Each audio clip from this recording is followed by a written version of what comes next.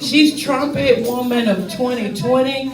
She's 2020 Mother of the Year. She's an author, an inspirational, a motivational woman of the year. Dr. Yes. Yes. Well, I tell you, it is definitely a blessing to be here. Oh my goodness, this is my first time being out publicly since COVID. Oh, wow. All right, welcome. But as Miss Ellis said, I'm Dr. LaTarsha Holden, Georgia Mother of the Year for 2020. But it's only by the grace of God. I remember 12 years ago, I found myself homeless in the streets of Atlanta with 6 children. Dang. You see, I didn't really know what I had to do, but I knew I had to do something to fight for the liberation of my family. I was 35 years old with a GED, very little work history. I had left an abusive marriage after 10 years. But I came to a crossroad. I had 12 eyes watching me. I had 2 kids in high school, 2 kids in middle school, and 2 kids in elementary school. But I made a vow that the streets would not raise my 6 children, nor the jails will house them. And so I remember 12 years ago, I came to my 6 children at this time, and I'm an ordained pastor, so I often pose the question, what happens when your struggle outlasts your strength? You see, we all can go through something for a couple of days, a month, but what happens when your issues will turn into years? 12 years ago, I came to my 6 children. I said, I don't have a lot to offer you guys materially.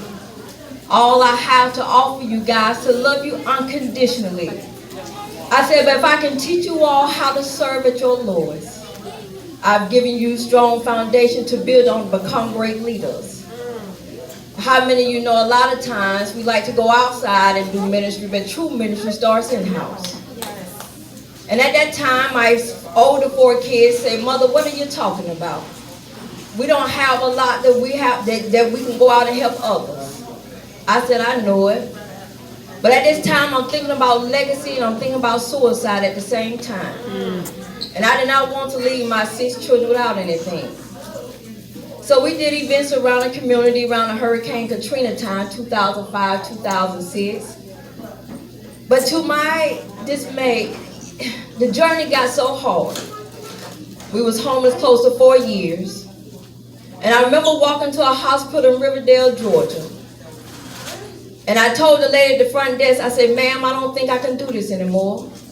She said, ma'am, are you saying you want to commit suicide? I said, yes, ma'am. And so I wasn't raised in the church, but they kept me for a week for observation. And in that week I was there, they had a padded room on that floor. And I remember I asked the lady at the desk, I said, ma'am, can I go into that room? She said, ma'am, you're no threat to anybody. I said, I know, but I need to go into that room.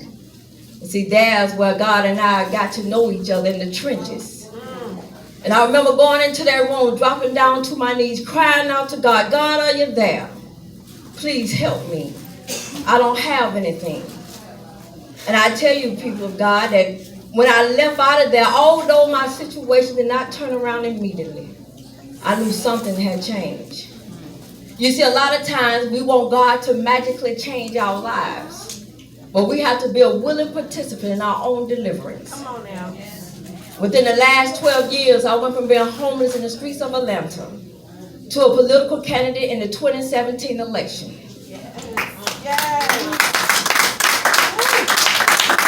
From a GED to a doctorate degree in leadership studies.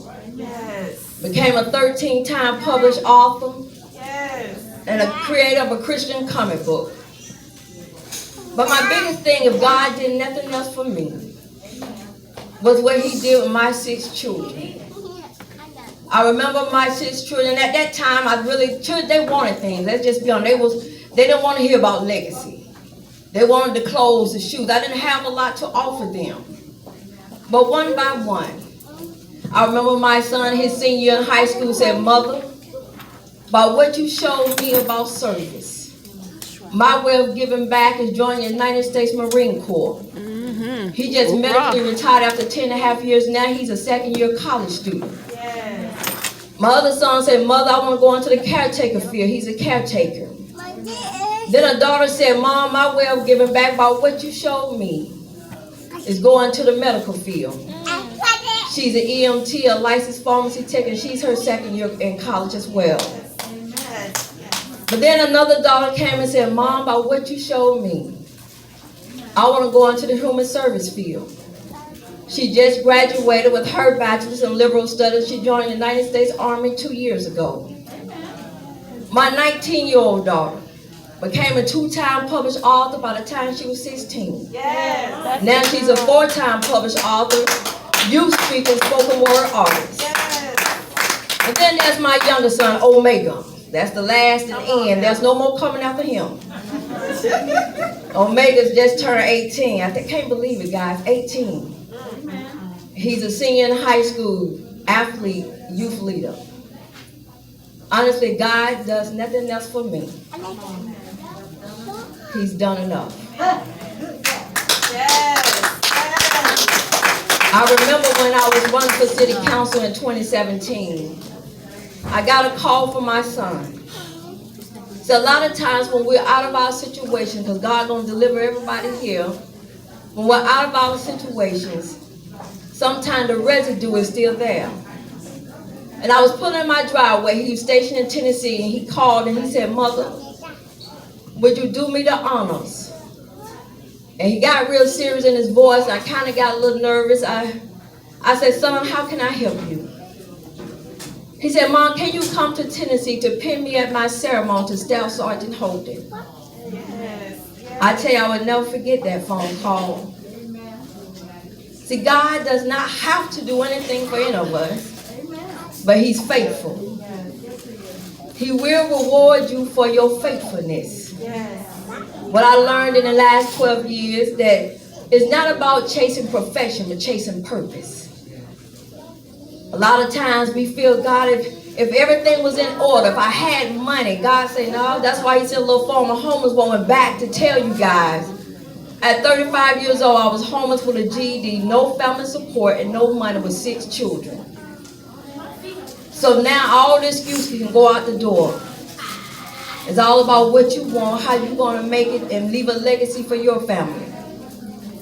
I tell you one thing, I remember Nelson Mandela said that how could he enjoy the limited freedom that he had when his sisters and brothers were not free? Come on now. And I remember I made a vow to God, God, if you get me out of homelessness and hopelessness, I go back and fight for others. And that was the reason that prompted me to run for city council. A lot of times we'll tell God and make vows when we're in the trouble. But can you keep your word when God delivers you? A lot of times, God, if you do this, if you get me out of this, and then when He does deliver us, we forget about it. But God sent me by here today just to encourage you that all is not lost. God is in the blessing business. And this year, only by the grace of God, not only did they make me Georgia Mother of the Year by American Mothers Inc., they also, and I believe this is something from God. See, God got a way of blessing you, you know it's only from Him. Not only am I Georgia Mother of the Year, they said, well, Dr. Holder, we want to go a step further.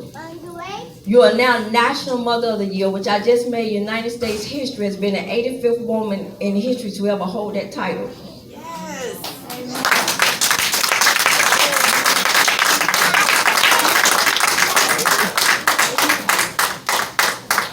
Had it not been for God, I'm just going to be honest. Statistically wise, my family was not supposed to make it. It was the hardest time of my life working my way up from rock bottom. A lot of times I asked God, God, why you didn't have family members help me? Everybody laughed, and I had dropped out in 10th grade, had 4 kids by the time I was 22. So I was the black sheep of the family. God said, well, the reason I didn't have a lot of people here because I didn't want nobody to say, if it wasn't for me, she wouldn't be where she's at today. A lot of times, God don't want no one to get the credit what He's about to do in your life. That part. That's why you got to move in faith and trust God. Trust the process. See, a lot of times the crucible, a turn I learned when my son was in the Marines. the crucible, that's the potter's wheel. See, that's where he got to purge all that old mindset off of you. And that's what he had to do for me. I think outside of being homeless for close to 4 years, I remember when I enrolled in college, we was living in a house, a board-up house of squatters. But I didn't know what to do. I just knew no one was coming to save my family but me. You are the liberators not only of yourselves, but if you have children, you are the one that's going to be the heroes of your story. Trust God. He's the only one that knows the beginning and the end and what he has written for your life. That's right. So I just came by here. To me, this is an honor. I have enjoyed the dance and the sing. I've tried. I'm a crybaby. They call me the weeping prophet. I said, Lord, if they see me over here crying, they're going to think something wrong with that lady. We've made it this far, y'all. Can we just give it a call? It's some people that made it this year. I think sometimes we take the small things for granted. That's right. We literally made it this far amidst of all the deaths, celebrities, and people dying from COVID. But God said, I still have something for you to do. So I just want to thank Miss Ella for having me. And I think in a gift bag, my first Christian comic book that was released 2 months ago. Yes. Miss Ella has, I think she's blessing some people with that as well. And my life story, No Longer Lost from Homelessness to Overcomer. I think they're giving that out.